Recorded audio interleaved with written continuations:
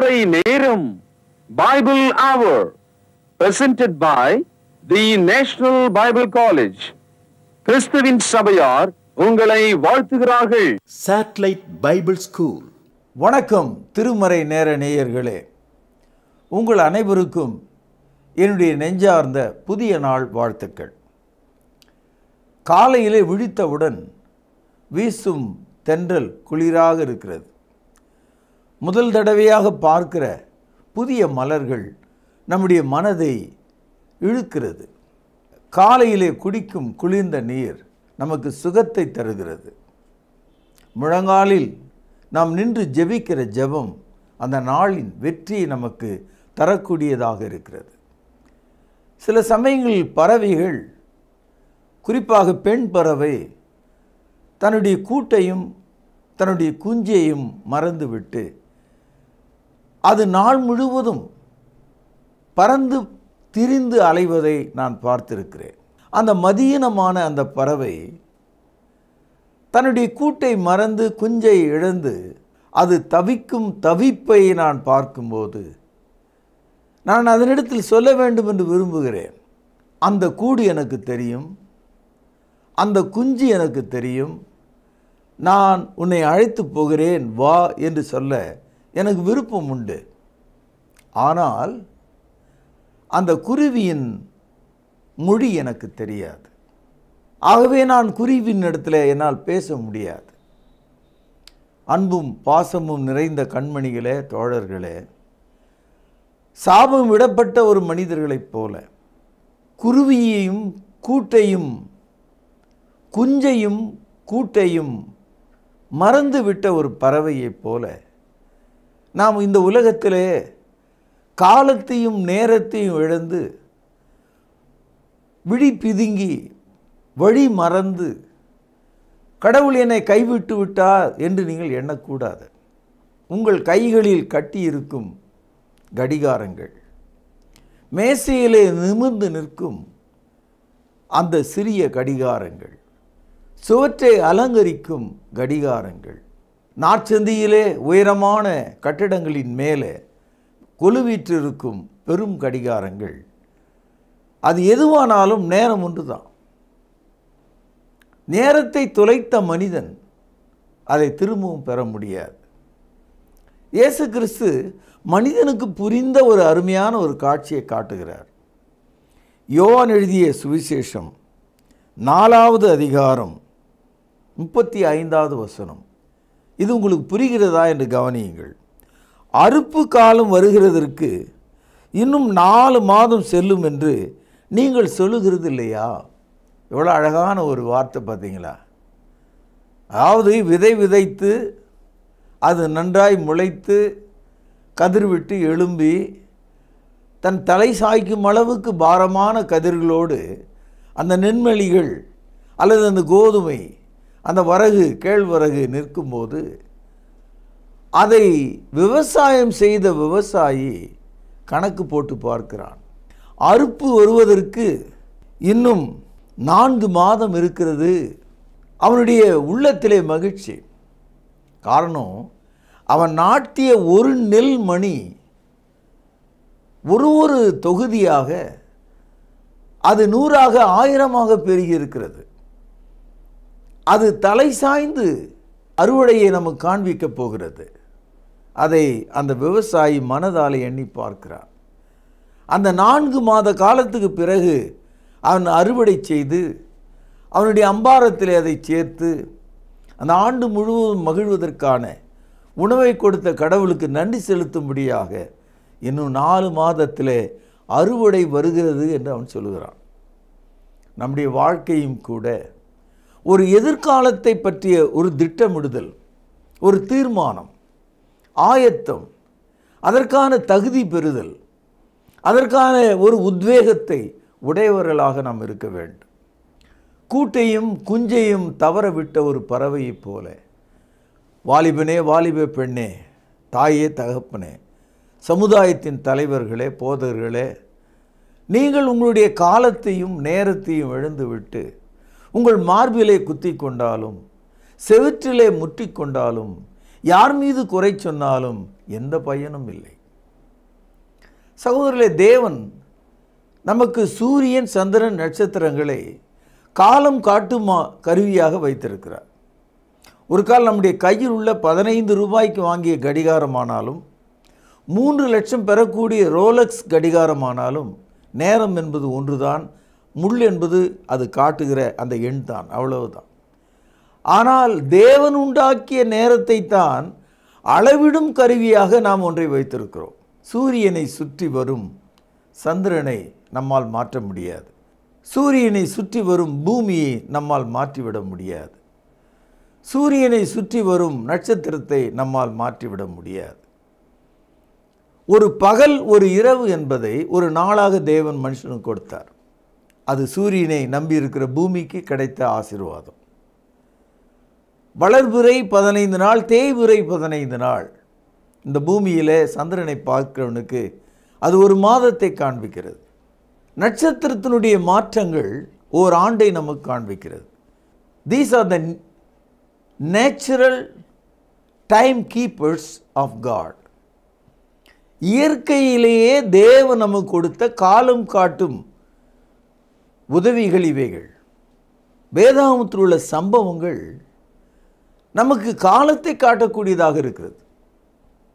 அதாவது சூரியன், சந்திரன், நட்சத்திரங்கள் அல்லாமல் உலகத்தினுடைய பேரரசுகள், முக்கியமான மனிதர்களுடைய வாழ்க்கை சரித்திரங்கள், சம்பவங்கள் மனிதனுக்கு தேவனுடைய காலத்தை காட்டக்கூடியதாக இருக்கான். இதை குறித்து நீங்கள் என்ன நினைக்கிறீங்க? ஆச்சரியமாக இருக்கு இல்லையா? நேற்றைய செய்தியில் தான் நம்ம பார்த்தோம். அதாவது தானியேல் 2ஆம் அதிகாரத்தில் பக்கம் 1031 29வது வசனம்.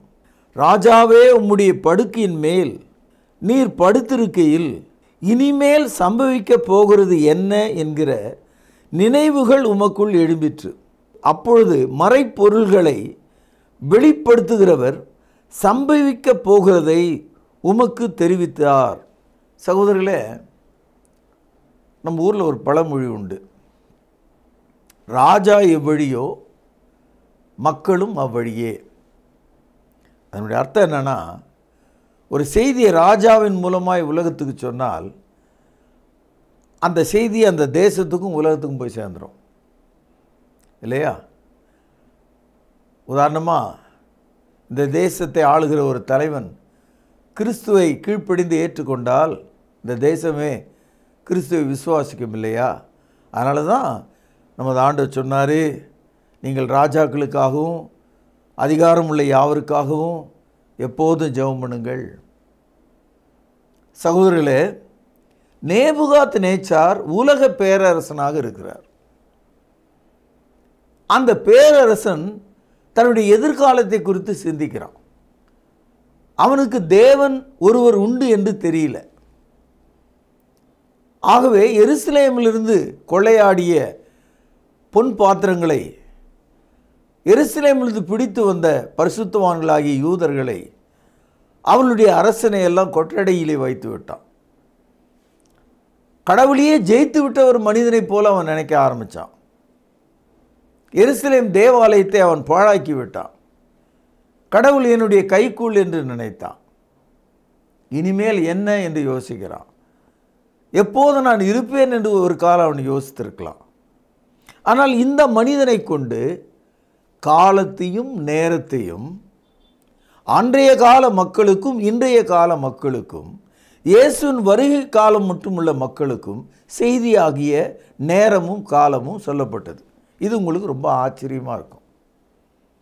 சூரியன், சந்திரன், நட்சத்திரங்கள் காலங்களை காட்டுவது போல நேபுகாத் நேச்சார் கண்ட கனவு நமக்கு காலத்தையும் நேரத்தையும் காட்டக்கூடியதாக இருக்கிறது. நேற்றைய செய்தியில் நான் உங்களுக்கு சொன்னேன், கனவு கண்டான், கனவை மறந்து விட்டான். அர்த்தம் கேட்கிறான்.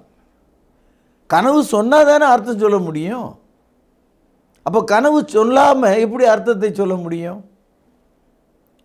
இது ஒரு விந்தையிலும் விந்தையான ஒரு கஷ்டம் இது. ஆனாலும் மறைப்பொருளை தேவன் வெளிப்படுத்துகிறவராக இருக்கிறார்.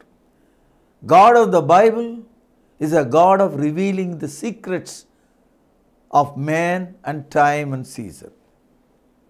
ஆகவே மறைப்பொருள்களை வெளிப்படுத்துகிறவர். உபாகமம் 29வது அதிகாரம் 29வது வசனத்தில் இப்படி நாம் படிக்கிறோம்.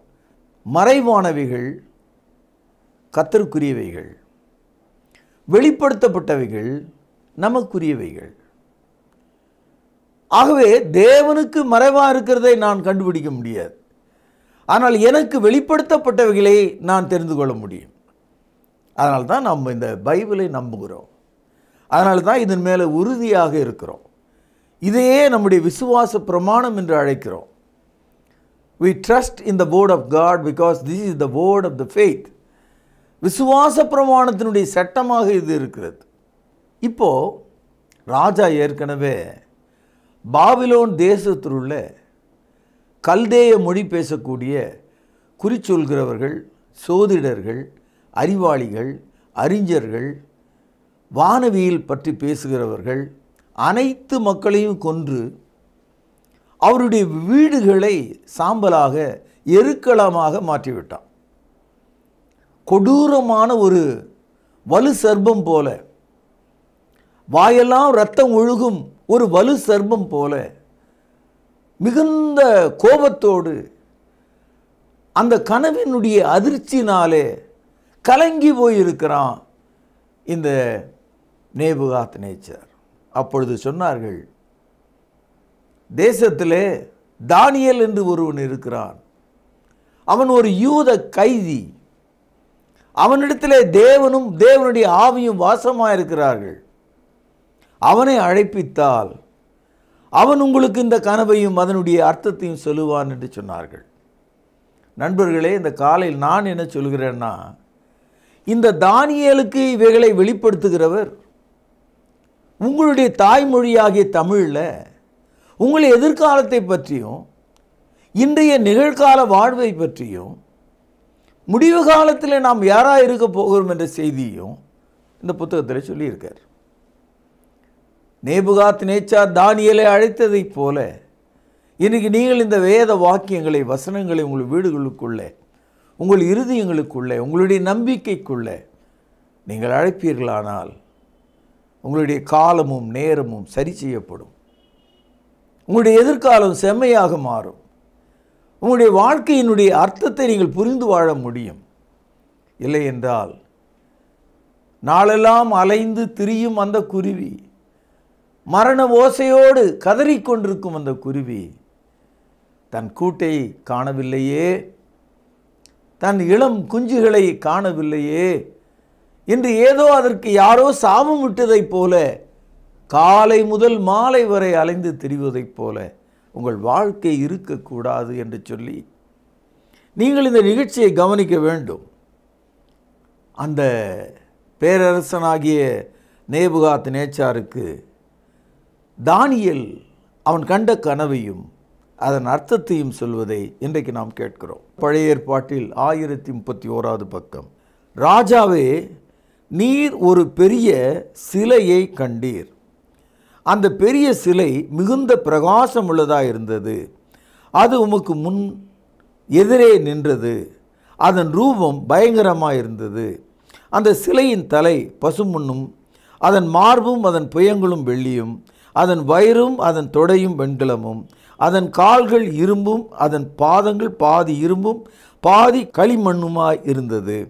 நீர் பார்த்து கொண்டிருக்கும் போதே கைகளால் பெயர்க்கப்படாத ஒரு கல் பெயர்ந்து உருண்டு வந்து அந்த சிலையை இரும்பும் களிமும் மண்ணுமாகிய அதன் பாதங்களில் மோதி அவைகளை நொறுக்கி போட்டது. அப்பொழுது அந்த இரும்பும் களிமண்ணும் வெண்கலமும் வெள்ளியும் பொன்னும் ஏகமாய் நொறுங்குண்டு, கவனிங்கள், கோடை காலத்தில் போரடிக்கிற களத்திலிருந்து பறந்து போகிற பதரை போலாயிற்று. அவைகளுக்கு ஒரு இடமும் கிடையாதபடி காற்று அவைகளை அடித்து கொண்டு போயிற்று. சிலையை மோதின கல்லோ வென்றால் ஒரு பெரிய பர்வதமாகி பூமியெல்லாம் நிரப்பிற்று. சொப்பனம் இதுதான். அதன் அர்த்தத்தையும் ராஜ் சமூகத்திலே தெரிவிப்போம். இதாங்க அந்த கனவு. நம்ம எத்தனையோ கனவு காண்றோம். நம்முடைய கனவுகள்லாம் நம்மை சுற்றி நடக்கிற விஷயங்கள் தான். நான் நேற்று சொன்ன மாதிரி கனவு ஒரு ஆள் காணலைன்னா அவன் மனுஷனே கிடையாது. கனவு காணாத ஒரு ஜென்மம் இருந்தால் அது செத்த உடலாக தான் இருக்க முடியும். குழந்தைகள் கூட கனவு காண்கிறது. கனவுகள் நம்முடைய ஆழ்மனதினுடைய விருப்பத்தையும் அல்லது கோபத்தையும், மகிழ்ச்சியும் அல்லது இகழ்ச்சியும், வாயிலிருந்து எச்சை துப்புவது போல நம்முடைய மனதாகிய திரைச்சீலையில் அது துப்பி காண்பிக்கப்படுகிறது. நீங்கள் கோபத்தோடு இருக்கிறவைகள் கோபமாக தெரியும், மகிழ்ச்சியோடு இருக்கிறவைகள் மகிழ்ச்சியாக தெரியும். சில சமயங்களிலே நம்முடைய திட்டங்கள், தீர்மானங்கள்லாம் அந்த கனவிலே ஒரு ஒழுங்குபடுத்தப்படுவது போல கூட தெரிவதற்கு வாய்ப்பு இருக்கிறது. உதாரணமாக அயல்நாட்டு பயணம் ஒன்று வேணும்னு நீங்கள் நினைக்கும்போது அந்த பயணத்துக்கான திட்டங்கள், பெட்டிகள், துணிமணிகள், விமான டிக்கெட்டுகள் இதெல்லாம் மனசுக்குள்ளே போகும். எல்லா மனுஷனும் கனவை தன்னுடைய தாய்மொழியில் தான் காண்றான். அதான் ஒரு ஆச்சரியம். எந்த மொழி உங்களுக்கு தாய்மொழியோ அதில் தான் நீங்கள் கனவு காணுவீங்க. இதிலேயே உங்களுக்கு தெரியும் நீங்கள் யார், நீங்கள் தமிழ்னா இல்லையான்றது தெரியும். இந்த தேசத்தினுடைய ஒரு சாபகேடு, பல மொழிகள் பேசக்கூடிய இந்த தேசத்தில் ஒரு மொழியே திணிக்கலாம் அப்படின்னு இந்த தேசம் நினைக்குது. அது ரொம்ப ஆபத்தானது. காரணம் என்னென்னா, இங்கே மொழியால் தான் மக்கள் மாநிலங்களாக பிரிக்கப்பட்டிருக்காங்க. அந்த மொழியை கடந்து எவ்வளோ தான் வேஷம் போட்டாலும், எவ்வளோ தான் வெளிநாடுகளுக்கு போனாலும், எவ்வளோ தான் அந்நிய மொழியை நாம் கற்றுக்கொண்டாலும், சொல்லுவாங்க, காலஞ்சென்ற ஜனாதிபதி ராதாகிருஷ்ணன் அவர்களுக்கு 19 மொழிகள் எழுதவும் பேசவும் தெரியும் என்று சொல்கிறார்கள். ஆனால் நான் உங்களுக்கு சொல்கிறேன், அவர் ஒரு கனவு கண்டால் தெலுங்கு மொழியில் தான் கனவு காணுவார். காரணம், அவருடைய தாய்மொழி தெலுங்கு. நண்பர்களே, இந்த நேபுகாத்நேச்சர் கண்ட அந்த கனவு அவனுடைய சிந்தையிலே இடம்பெறாத ஒன்று, நினைவில் இல்லாத ஒன்று. அப்படி ஒரு யோசனையே அவனுக்கு இல்லை. அந்த மாதிரி ஒரு கனவு வருவதற்கு அவனுக்கு வாய்ப்பே கிடையாது. It is nothing to be related with him. He never had an emotion on that. அதற்கான ஒரு உணர்வு அவனுக்குள்ளே இல்லை. இப்படி இருக்கும்போது இந்த கனவு ரொம்ப வித்தியாசமாக இருக்குது. ஒரு பெரிய சிலை, ஒரு கால் 60 அடி உயரம் இருக்கலாம், பயங்கரமாக இருந்தது. ரெண்டாவது பிரகாசமாக இருந்தது. இது ரெண்டையும் நம்ம அங்கே பார்க்குறோம். அதாவது பயங்கரமாக இருக்குது, பிரகாசமாக இருக்குது. இந்த சிலை தஞ்சாவூர் தலையாட்டி பொம்மை மாதிரி இருக்குது. எப்படின்னா, தலை மேலே பொண்ணு, மார்பு மேலே வெள்ளி, வயிறும் தொடையும் வெண்கலம், கால்கள் இரும்பு, கால் பாதமும் விரல்களும் இரும்பும் களிமண்ணும். களிமண் மேலே இதெல்லாம் மேலே நிற்கிது. தள்ள கீழே விழுந்துடும் இல்லையா, அந்த மாதிரி தான் இருக்குது. இந்த காட்சி அவன் கண்டு அதிர்ந்து மூளை கலங்கி போய் கிடக்கான். ஆல்மோஸ்ட் அவன் ஒரு மென்டல் மாதிரி ஆயிட்டான். இங்கே தானியேல் மறைப்பொருள்களை வெளிப்படுத்துகிற தேவனிடத்திலிருந்து ஆவியை பெற்றவன். ராஜாவே, நீர் ஒரு பெரிய சிலையை கண்டீர், அது பிரகாசமாக இருந்தது, பயங்கரமாக இருந்தது என்று சொல்ல ஆரம்பிக்கும் போது தூங்குற ஆள் விழிக்கிற மாதிரி, செத்தம் பிழைக்கிற மாதிரி, மறந்தவைகள்லாம் ஞாபகத்தில் வர மாதிரி அவனுடைய உள்ளம் மகிழ்ச்சி அடைந்தது. அது நினைவுக்கு வர வர வர வர ஆம் அதுதான் அதுதான் என்று அவனுடைய மனது சொல்ல ஆரம்பித்தது. சகோதரர்களே, நீங்களும் கூட இந்த காலையில் இந்த நேபுகாத்நேச்சர் மாதிரி தேவன் உங்களுக்கு முன்பாக வைத்திருக்கிற காலத்தையும் நேரத்தையும், ஆம் அதுதான், இதைத்தான் நான் நினைத்து கொண்டிருந்தேன், இதை பற்றி தான் நான் யோசித்து கொண்டிருந்தேன், எப்படி என்னுடைய முடிவு இருக்க முடியும், என்னுடைய வாழ்நாள் எப்படி போகப் போகிறது, ஏன் நான் இங்கே வாழ்கிறேன், எங்கே இருந்து நான் வந்தேன், ஏன் இத்தனை தொல்லைகள், இவைகள் எல்லாம் ஏன் என்ற கேள்விகளோடு நீங்கள் இருக்கிறீங்க. God's word inspire you to trust in God's time and season. தேவனிடத்திலே நாம் நம்பிக்கை வைக்கும்படி அவருடைய காலமும் நேரமும் நம்மை புத்துணர்ச்சி உடையவர்களாக, வழி நடத்துகிற ஒன்றாக, விவேகம் அடைகிற ஒருவராக நம்மை வழி நடத்துகிறது. சோகமான முடிவுங்க இந்த சிலையில். இந்த கனவில் கன்க்ளூஷனை நீங்கள் பார்த்தீங்கன்னா, இவ்வளோ பிரம்மாண்டமான பயங்கரமான சிலை நிற்கிது. அது அப்படியே இருந்தால் நல்லா இருந்திருக்கும். அது அமெரிக்க நாட்டில் சுதந்திர தேவி சிலை மாதிரி இருக்கலாம். தமிழ்நாட்டில் 4 முனை பெரிய ரோட்லெல்லாம் நீங்கள் பார்க்கலாம். நம்முடைய தலைவர்களுடைய சிலைகள் பெரிய அளவில் நிற்கிறத நீங்கள் பார்க்கலாம். ஒரு சிலையை பார்க்கும்போது அதனுடைய பிரம்மாண்டமும் அந்த மனிதனுடைய சாதனையும் நமக்கு ஞாபகம் வரும். அதோடு மறந்துடும் நம்ம. ஆனால் இந்த சிலை அவனுடைய கனவிலேயே காணாமல் போயிடுச்சு. அதான் ஒரு சோகம். எந்த கனவிலே அந்த சிலையை கண்டானோ அந்த கனவுக்குள்ளவே இந்த சிலை கரைந்து விட்டது, காணாமற் போய்விட்டது. பொடி பொடியாக தூசியாக மாறி வயல்வெளிகளிலிருந்து அறுத்து வருகிற வைக்கோலை போல கோடை காலத்திலே தானாக எழும்பி பரவி அது பறந்து போவது போல அந்த சிலை முழுவதும் பறந்து சென்று விட்டது தூசியாக. சகோதரர்களே, என்ன நடக்குதுன்னா, இந்த சிலையை கண்டு அவன் பயப்படுகிற வேளையில் ஒரு பாறையிலிருந்து ஒரு கையால் பிடிக்கக்கூடிய அளவுக்கு ஒரு சிறிய கல் தானாகவே அது பெயர்கிறது. எந்த ஒரு முயற்சி இல்லாமல் அந்த கல் அங்கிருந்து அது உடைக்கப்படுகிறது, பெயருகிறது, அங்கிருந்து நகருகிறது. அது ஒரு பெரிய கல் ஒன்றும் இல்லை. ஒரு ஆள் கையில் தூக்கக்கூடிய அளவு தான் அந்த கல். ஆனால் அந்த கல் அந்த பாறை விட்டு புறப்பட்ட உடனே அது வேகம் காட்டத் தொடங்குச்சு. அதனுடைய வேகம் எல்லையில்லாத வேகமாக மாறுச்சு. அந்த கல் சரியாக தாவீது எறிந்த கல் கோலியாத்தினுடைய நெற்றி பொட்டிலே விழுந்ததுன்னு படிக்கிறோம். அவன் மல்லாக்கா விழுந்தான். ஆனால் இந்த கல் அந்த சிலையினுடைய தலையோ மார்பையோ தொடையோ காலையோ அடிக்காமல் பாதத்திலே வந்து மோதியது. நம்ம ஊரில் சொல்லுவாங்க, அடிக்க வேண்டிய இடத்துல அவனை அடித்தா அவன் செத்தே போவான்வாங்க. அப்போ எதிராளி சொல்லுவான், அவனுடைய வீக்னஸ் இவனுக்கு தெரிஞ்சிருக்குன்னு. அந்த சிலையினுடைய வீக்னஸை கடவுள் தெரிஞ்சு வச்சுருக்காரு. அந்த பிரம்மாண்டமான அந்த சிலையினுடைய வீக்னஸ் எங்கே இருக்குதுன்னு அவருக்கு தெரியும். அந்த கல் அந்த பாதத்தில் மோதின உடனே அந்த உயரமான சிலை தங்கம், வெள்ளி, வெண்கலம், இரும்பு ஆகிய இவைகள் தூசியாக மாறிவிட்டது, பொடி பொடியாக மாறிவிட்டது. அது காற்றிலே பறந்து போகிற பதரை போல் ஆயிற்று. அந்த சிலை இருந்த இடமும் எது என்று தெரியாமல் போய்விட்டது. நீங்கள் இந்த கனவை கேட்டுக்கொண்டிருக்கிறீர்களா? இதுவரைக்கும் சொன்னவைகள் உங்கள் மனத்திரையில் விழுந்ததா? உங்கள் மனதை விட்டு அகலாதபடிக்கு இதை நான் சொல்லியிருப்பேன் என்று நான் நம்புகிறேன். என்ன நடந்து தெரியுங்களா?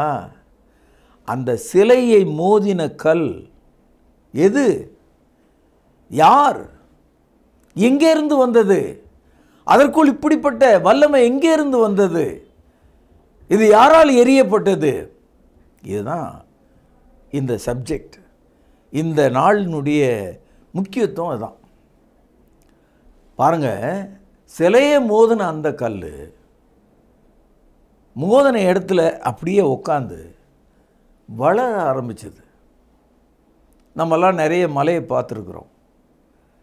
மக்கள் என்ன செய்கிறாங்கன்னா, மலையை செதுக்கி குடைஞ்சி உடைச்சி மக்களுக்கு பயன்படும்படி அதை ப்ளூ மெட்டல்னு சொல்கிற மாதிரி இந்த ரோடு போடுறதுக்கு, கட்டடம் கட்டுறதுக்கு கல்லை உடைச்சி கொண்டு வரதை நம்ம பார்க்குறோம். மலையை சின்னதாகிறத தான் நம்ம பார்த்துருக்குறோம்.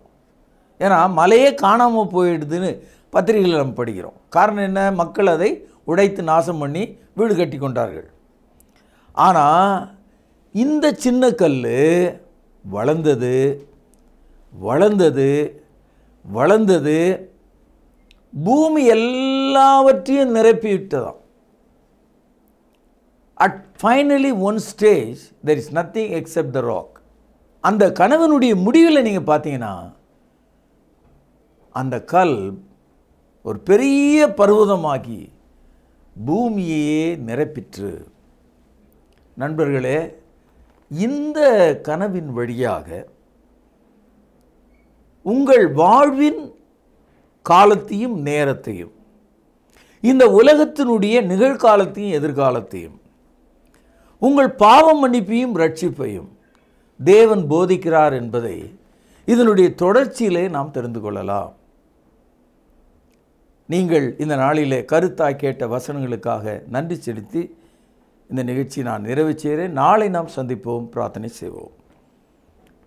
மகா பரிசுத்த நிறைந்த எங்கள் தகப்பனே, ஒவ்வொரு நாளும் கனவு கண்டு ஏக்கத்துடன் நிறைவேறாத ஒன்றாக, பயனற்ற ஒன்றாக எங்கள் நினைவினால் நாங்கள் மோதி சாகிறோம். சாபம் விடப்பட்ட குருவியைப் போல அலைந்து திரிகிறோம்.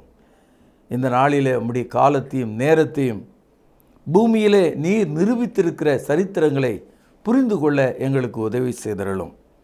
கேட்ட சிறியோர் பெரியோர் யாவரையும் ஆசீர்வதியும். எங்கள் பாவ குற்றங்களை தொடர்ந்து மன்னியும். கிருபையும் தயவும் எப்போதும் எங்களுக்கு தாரும். ஆண்டவர் இயேசுவின் நாமத்திலே ஜெபத்தை கேட்டருளும். பரிசுத்தம் நிறைந்த எங்கள் நல்ல பிதாவே, ஆமென். உந்தன் ஸ்நேக வாக்குகள் என்றும் மாறிடாததால் என்னை என்றும் வழி நடத்தும் உந்தன் ஜீவ பாதையில், உந்தன் ஜீவ பாதையில் உந்தன் ஸ்நேக வாக்குகள் கோரமாம் பாவியாம் என்னையும் உந்தன் கொல்கதா வரைக்கும் கொண்டு சென்றீர். கோரமாம் பாவியாம் என்னையும் உந்தன் கொல்கதா வரைக்கும் கொண்டு சென்றீர். கழுவி நீரெந்தன் பாவ கரைகள் களைந்தேன் வாழ்க்கையின் துரோகங்களை.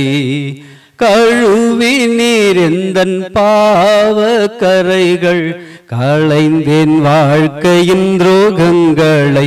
உந்தன் ஸ்நேக வாக்குகள் என்றும் மாறிடாததால் என்னை என்றும் வழி நடத்தும் உந்தன் ஜீவ பாதையில், உந்தன் ஜீவ பாதையில் உந்தன் ஸ்நேக வாக்குகள். திருக்கரம் நீட்டி என்னை அணைத்தே மகா ஸ்நேகத்தை வர்ணிக்கவே. திருக்கரம் நீட்டி என்னை அணைத்தே மகா ஸ்நேகத்தை வர்ணிக்கவே. 1000 நாவுகள் போதாது ஐயா, எப்படி மறப்பேன் நான் உம்மையே. 1000 நாவுகள் போதாது ஐயா, எப்படி மறப்பேன் நான் உம்மையே.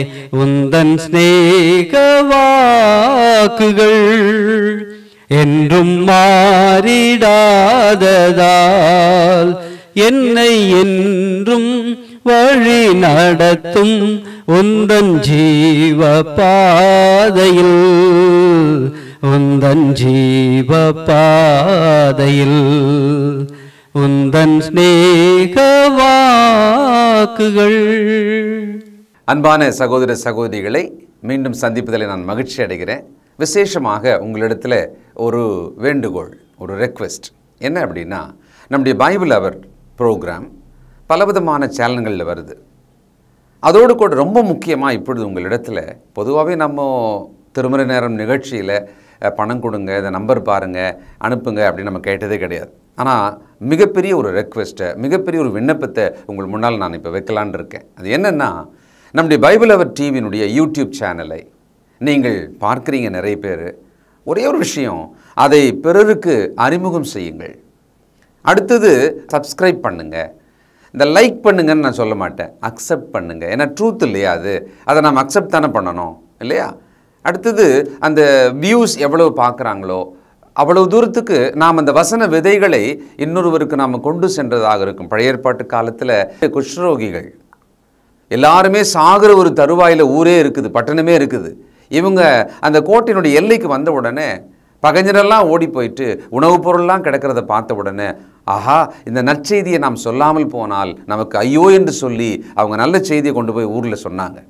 அதுபோல் இந்த சுவிசேஷம், இந்த சத்தியம், இந்த கிறிஸ்தவ விழிப்புணர்வு, ஒருவர் பேச அதை மற்றவர்களுக்கு அறிமுகம் செய்கிற ஒரு வேலையை, ஒரு அந்திரியாவினுடைய வேலையை அவர் தானே பண்ணார். இயேசுவை கண்டேன், வந்து பாருங்க அப்படின்னார். அதை நீங்கள் செய்யும்படி உங்களை அன்போடு கூட கேட்டுக்கொள்கிறேன். சப்ஸ்கிரைப் பண்ணுங்கள், மற்றவர்களுக்கு ஷேர் பண்ணுங்கள், இந்த ட்ரூத்தை அக்செப்ட் பண்ணுங்கள். மற்றவர்கள் இதை அக்செப்ட் பண்ணுறதுக்கு நீங்கள் ஒரு கருவியாக, உதவியாக இருங்க. நிச்சயம் இது நிமித்தமாக இந்த சுவிசேஷ ஊழியத்தினுடைய பலனில் உங்களுக்கு பங்குண்டு இல்லையா? God bless you. தேவன் உங்களை ஆசீர்வதிப்பாராக. நன்றி.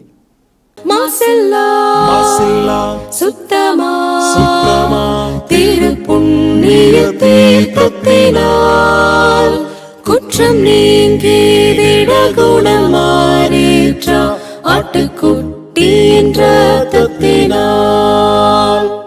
மாசில்லா சுத்தமா திருப்புண்ணிய தீர்த்தத்தினால் குற்றம் நீங்கி விட குணமாறேற்ற ஆட்டுக்குட்டியின் ரத்தத்தினால்.